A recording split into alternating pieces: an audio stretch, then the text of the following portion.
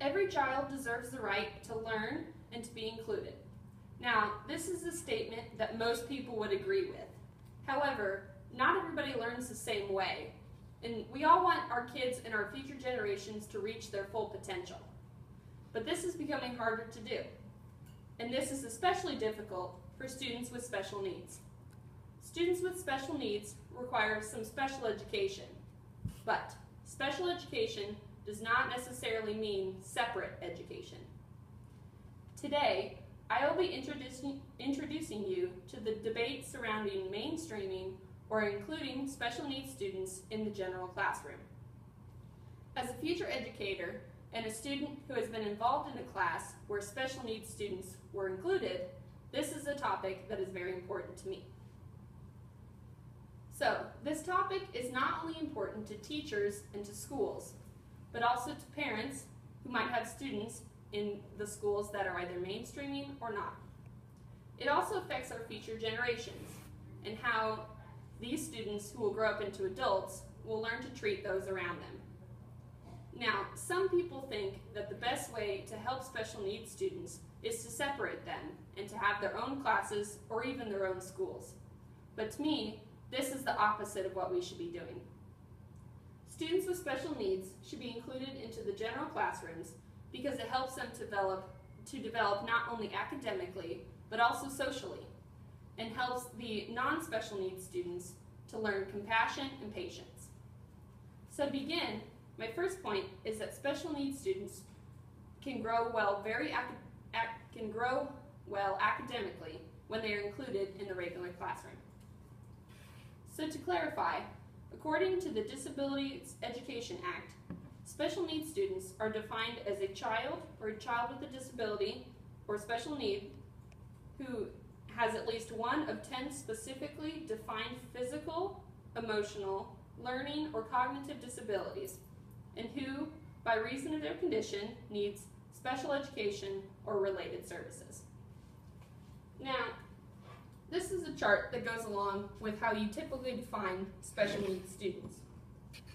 A lot of times they are put into either learning disabilities, sometimes even speech and language disabilities, emotional, intellectual, health, or just any type of autism.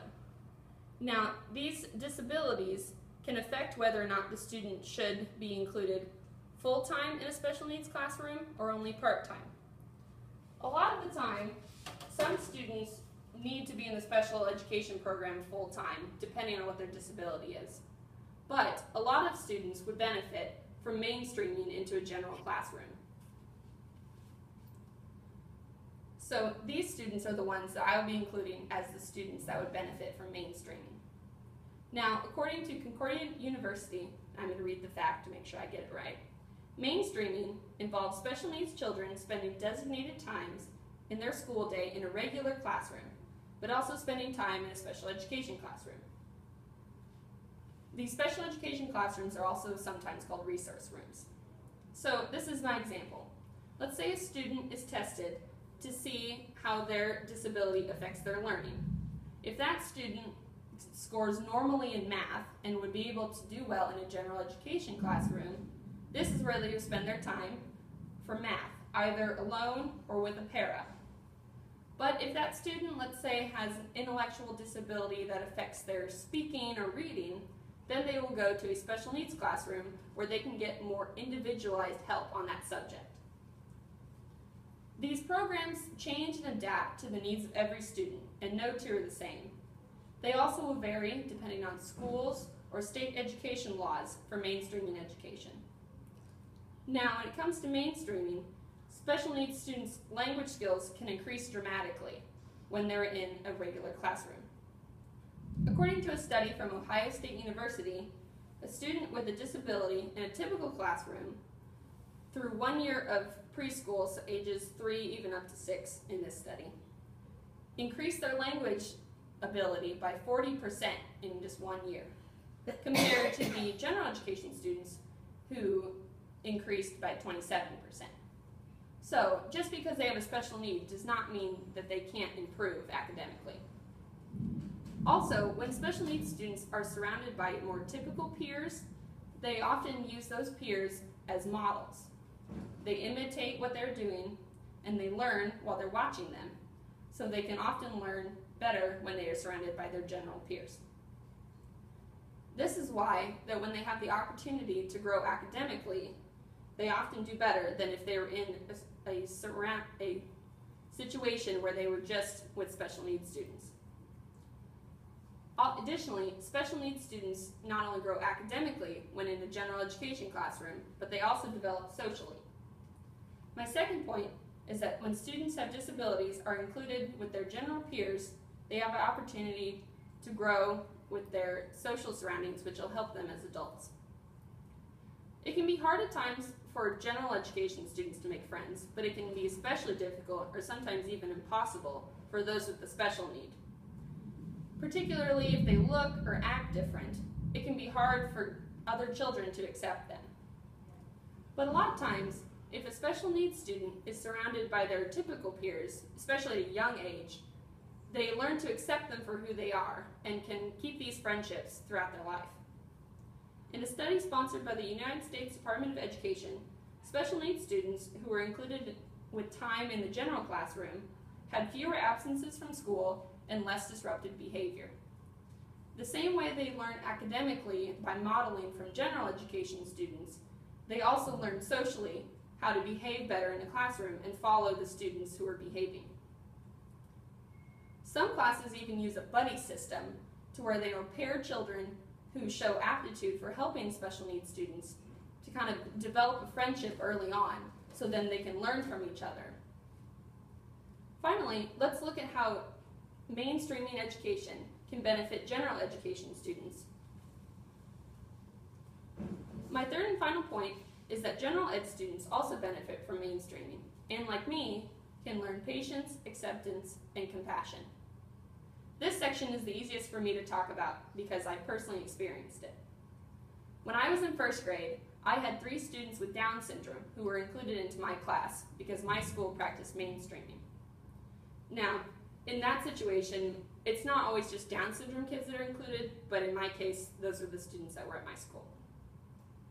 In my classroom, we learned a lot about differences and how to accept people for who they are, despite how they act or talk, and that everybody deserves to have a friend. Throughout those years, Emily, Courtney, and Ian were my friends, clear up through high school. I learned that they were no different than anybody else. They wanted to go out to eat in the evening, they wanted to be on the cheer team, and they should be able to do those things. They've developed friendships that they have kept through all this time and that I've also kept. Additionally, a good friend of mine, Brendan, who I met in middle school, had a visual impairment, but he was in my history class. In my history class, we became good friends because we worked on homework together. He's still a friend that I keep to this day, and we go bowling or we go to Sonic together. Those relationships wouldn't have developed if I hadn't been in their class and if they weren't mainstreamed into general education.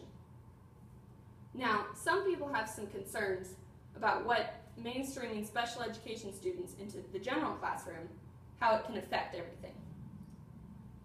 However, in a study by the Council for Exceptional Children, found that when 2 different classes, one was mainstreamed and one was not, at the same school were compared upon the general education students' performances on standardized math and reading tests, they found no difference between the mainstream class and the non-mainstream class.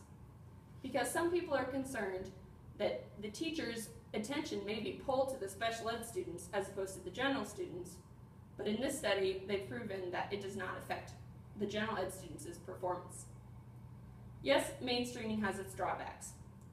Some people are concerned about the cost to the district or to having to hire more staff members, and that there has to be additional training for general education teachers. However, the benefits to the special ed students and the general ed students, they are able to receive benefits that will last a lifetime. So what can you do? Most of us aren't teachers or on the school board, and so we might not think that there's anything that we can do to help with this. However, there is a couple things that you can do. And any of us, regardless of if we're a parent, babysitter, an aunt and uncle, adult, or friend, there is something that we can do, and this is talk. First thing, if you're a parent or a friend and you know an elementary school or even a high school student, talk to them about differences. They've likely noticed in their peers that there are certain kids who behave differently or act differently, or that they even know are in the special ed program. Talk to them and tell them that there's nothing to be afraid of. Those kids are just like you and just like me. They deserve to have a friend who will help them, play with them on the playground, and they want to be involved just as much as they do. This can make a difference when the student is around those with special needs, whether they're a student or an adult, and they will learn that they can accept anybody regardless of if their school is mainstreamed or not.